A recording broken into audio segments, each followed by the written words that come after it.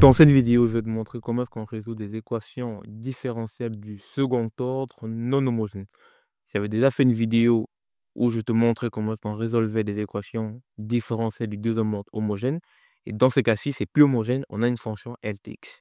Donc, pour résoudre des équations de ce type, il y a deux approches. Soit par des fonctions indéterminées, donc on appelle ça la méthode des fonctions indéterminées, où tu imposes la solution non homogène d'être une fonction prédéfinie et tu trouves les paramètres de cette fonction.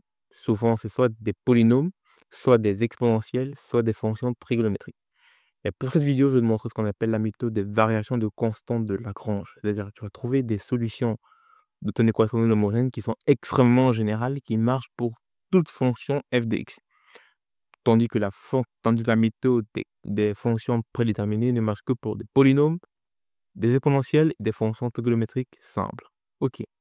La première étape déjà, c'est de résoudre l'équation homogène. Donc de trouver la solution de ton équation homogène. Et j'avais déjà fait une vidéo de comment est-ce qu'on trouvait ça grâce aux polynômes caractéristiques. Donc si tu arrives à trouver la solution générale de l'équation homogène, c'est donné par la combinaison linéaire de deux fonctions linéairement indépendantes. Donc c'est des exponentielles à coefficient réel, soit c'est des fonctions trigonométriques, soit c'est une exponentielle plus une constante, un truc comme ça. Tu vois. Donc normalement, ça, tu sais résoudre. Ensuite, qu'est-ce que tu fais? Pour la méthode des variations de constante, ce qu'on va dire, c'est on va poser la solution non homogène d'avoir cette forme. Donc, elle aura la forme de la solution homogène, mais seulement les constantes C1 et C2 ne sont plus des constantes, mais ils vont être en fait des fonctions de x. Et c'est ces constantes en fait qui vont, comment dire, qui vont modeler ta solution homogène pour qu'elle satisfasse également ta solution non homogène. Donc en fait, c'est comme si tu sais que ta solution non homogène existe, tu sais qu'elle a la forme de la solution homogène, mais il y a un petit changement qui doit se faire par rapport à f de x.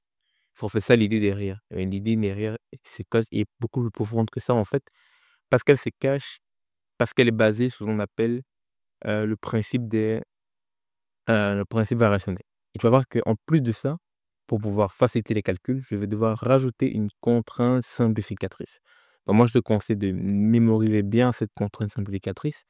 Comme je te l'ai dit, elle vient d'un principe variationnel, ou alors également appelé équation de Euler-Lagrange. Donc il va falloir au moins 10 séries de vidéos avant que je commence à parler du principe variationnel et des trucs, des contraintes et équations de Euler-Lagrange. Bon, ça vient très très loin du vent. Mais juste garde ça en tête quelque part, ça vient du principe variationnel des équations de Euler-Lagrange. Bon, ça c'est juste une contrainte simplificatrice qui va être super utile. Je ne peux pas t'expliquer davantage pourquoi est-ce que j'impose ça. Donc, qu'est-ce qu'on fait ensuite? On reprend la solution non homogène, on la dérive une fois. Donc, tu dérives ça une fois et tu te rappelles de la suite de la contrainte que j'ai imposée. Dans ma contrainte, j'ai imposé que ça doit valoir 0. Donc, tu te rappelles de ça. Donc, cette partie-ci doit valoir 0. Donc, du coup, tu redérives juste celle-ci et tu vas obtenir ça. Si tu fais ça, tu remplaces dans l'équation de départ ici. Tu remplaces tout ici. Y', c'est ça. Y', c'est ce qui est ici. Sans la partie qui est ici, j'ai posé à 0 à cause de la contrainte. Et Y qui était ça, je remplace ici. Si tu fais toutes les simplifications, tu n'oublies pas que si tu regardes attentivement, ce que j'ai mis en vert correspond exactement à prendre la solution homogène, à la dériver une fois, deux fois et la remplacer ici. Mais on avait déjà démontré, pas qu'on avait démontré, mais la solution homogène est une solution d'une équation qui donne 0 à la fin. Donc ça veut dire que si tu prends ça, tu dérives deux fois, tu multiplies fois a plus b fois la fonction, tu auras 0. Donc tout ce qui est en vert, hop, ça saute. Et tout ce qui te reste, c'est tout ce qui est en mauve. Donc tu auras C1', Y1' plus C2', Y2' qui vaut f d'x. Donc prends le temps de bien comprendre les dérivations. Honnêtement, je suis allé vite. Donc, par exemple, Y', j'ai fait. Je dérive C1, je garde C1 en dérivé d'un produit, je garde C1 constant, je dérive Y1. Ensuite, je dérive C1, je garde Y1 constant. Je garde C2 constant, je dérive Y2, je dérive Y2, je dérive C2, je garde Y2 constant, etc. Après, je répète encore ça avec celui-ci. Je garde C1 constant, c'est une constante dans Y', c'est le constant dans Y'. ici et si je refais la même chose, donc je te laisse prendre le temps de faire ça posément, à ton aise, fais le dérivant produit, tu vas retourner avec ça. Du coup, si j'arrive à résoudre ce système de 2 équations à 2 inconnus, en fait, c'est un système d'équations différentielles, parce que là, tu as 2 une équation différentielle en C1 et C2, donc c'est un système couplé, tu dois juste résoudre ça. Donc d'abord, tu résous le système à 2 inconnus, donc C1' et C2'. Ensuite, tu trouves C1, C2 en faisant une intégration. Trop de théorie, je pense que c'était assez long et à la fin, tu fais la somme des 2, solution homogène plus non homogène de ta solution générale, assez simple. Petit exemple, trouve la solution de cette équation ou alors les solutions de cette équation différentielle. J'ai pris cette équation différentielle parce qu'elle est super intéressante, parce que la méthode des fonctions prédéterminées ne marche pas. Tu peux pas définir une fonction à l'avance, une solution de homogène à l'avance qui a la forme de ça. Ça n'existe pas. Dans la méthode des coefficients indéterminés ici ou des je pense qu'on appelle ça variable indéterminée ou coefficient indéterminé, ne marche pas du tout. Non, fonction indéterminée ou alors coefficient indéterminé, ça ne marche pas du tout. Ou alors solution particulière d'une somme standard, il y a plusieurs noms, ça ne marche pas. Ici, ça ne marche pas. Il y a que la méthode d'itération de constante qui peut marcher ici, ou alors qui est la plus simple possible. Donc, qu'est-ce qu'on fait? Première étape, trouver la solution de l'équation homogène, donc y' plus 4' qui vaut 0. Polynôme caractéristique, lambda au carré plus 1. Tu factorises, tu auras lambda plus i, lambda moins i. Donc, ici, je suppose que si tu as cliqué sur la vidéo, tu as un niveau assez avancé pour pouvoir factoriser ce type d'équation. Je trouve que lambda vaut plus ou moins i.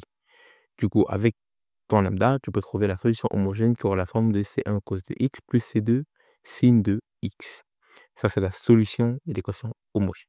Ensuite, j'applique l'arrêt qui est ici pour trouver, et j'ai sauté beaucoup d'étapes, mais j'applique l'arrêt qui est ici pour trouver la solution non homogène. Donc, je fais ça parce que je veux une solution non homogène. Je fais ça parce que je veux la solution non homogène. Si je fais ça, encore une fois, je saute des étapes parce que c'est pas pratique pour moi. Si tu résous ce système d'équations, tu vas trouver que C1 c'est moins 1 et que C2 c'est cos de x sur sin de x. Tu peux vérifier. Remplace C1 par moins 1, tu auras moins cos. C2 par cos sur sin, ça fait encore une fois moins cos, moins cos, moins cos, ça fait 0. Tu remplaces ça ici. Tu as C1 moins sin ici. Et ici, non, là, tu as moins sin. Et ici, tu as cos au carré divisé par sin de x. Cos au carré, c'est la même chose que 1 moins sin au carré de x. Tu mets tout dans la même base. Tu vois, cos à la fin, tu auras du cos au carré plus sin au carré qui va te faire 1 sur sin de x. Voilà, donc on va donner ça. Donc, les solutions sont bonnes. Tu peux prendre le temps, mais pause la vidéo et résoudre ce système d'équations à des inconnus. Quand se trouve C1' et C2', tu intègres. L'intégrale de moins 1, c'est x. Normalement, il y a une constante, mais une solution non homogène, une solution qui est fixée, qui n'a pas de constante. Donc, la constante, tu peux la poser à 0. Tu intègres cos de x sur sin de x, ça vaut ln de sin de x. Donc, si tu ne sais pas intégrer ça, j'ai fait une vidéo peut-être là-dessus. J'ai fait plein de vidéos d'intégration. Tu vas forcément trouver une vidéo où je t'explique comment faire ça. Donc, si tu veux intégrer ça, c'est assez simple, hein. Tu dis, là, tu as une fonction assez intéressante, soit tu as un nombre de variables, soit tu as fait une astuce super pratique qui te dit, quand tu dérives au numérateur, tu retrouves ce qu'au numérateur, donc c'est ln de ce que tu as au dénominateur. Donc, en gros, l'intégrale de s' sur f de x, donc par rapport à de x, tu vas intégrer f' sur f, c'est tout simplement ln de f. ln de l'ordre plus de f. Si tu ne savais pas ça, alors c'est cadeau. Donc, intégrer ça, fastoche, c'est pas facile. Je le fais en 1 seconde. Ensuite, je remplace C1 et C2 dans, ici, pour avoir la solution. Ici, j'ai mis homogène. La solution non homogène. Pardonnez-moi. Solution non homogène. Ensuite, la solution totale, c'est solution homogène plus solution non homogène. Je trouve la solution finale. Que solution super compliquée que tu ne peux pas du tout trouver avec la méthode d'évaluation des constantes. Donc, méthode d'évaluation des constantes, tu oublies. C'est impossible de pouvoir retrouver la solution avec non.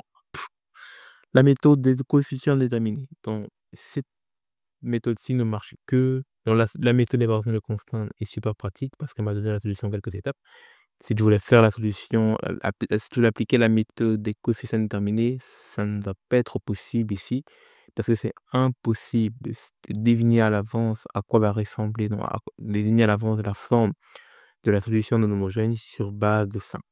Donc j'explique, je vais faire une vidéo là-dessus, ne t'inquiète pas, je vais te montrer ce qu'on appelle la méthode des coefficients prédéterminés ou de la fonction prédéterminée. En fait, c'est de regarder à quoi ressemble la fonction non homogène dans le f de x et de dire que en fait, ta solution non homogène sera une fonction de la même forme à une constante multiplicative près. C'est en fait ça, ou des fois à une exponentielle près, ou des fois à un facteur près pour avoir des solutions qui sont tout le temps indépendantes. C'est un peu ça l'idée derrière, mais comme je viens de le dire, pour cette fonction-ci, c'est impossible de le faire. Ça marche que pour exponentielle, polynôme et fonction trigonométrique. Je vais faire une vidéo là-dessus pour t'expliquer pourquoi. C'était Djibril, salut, ciao.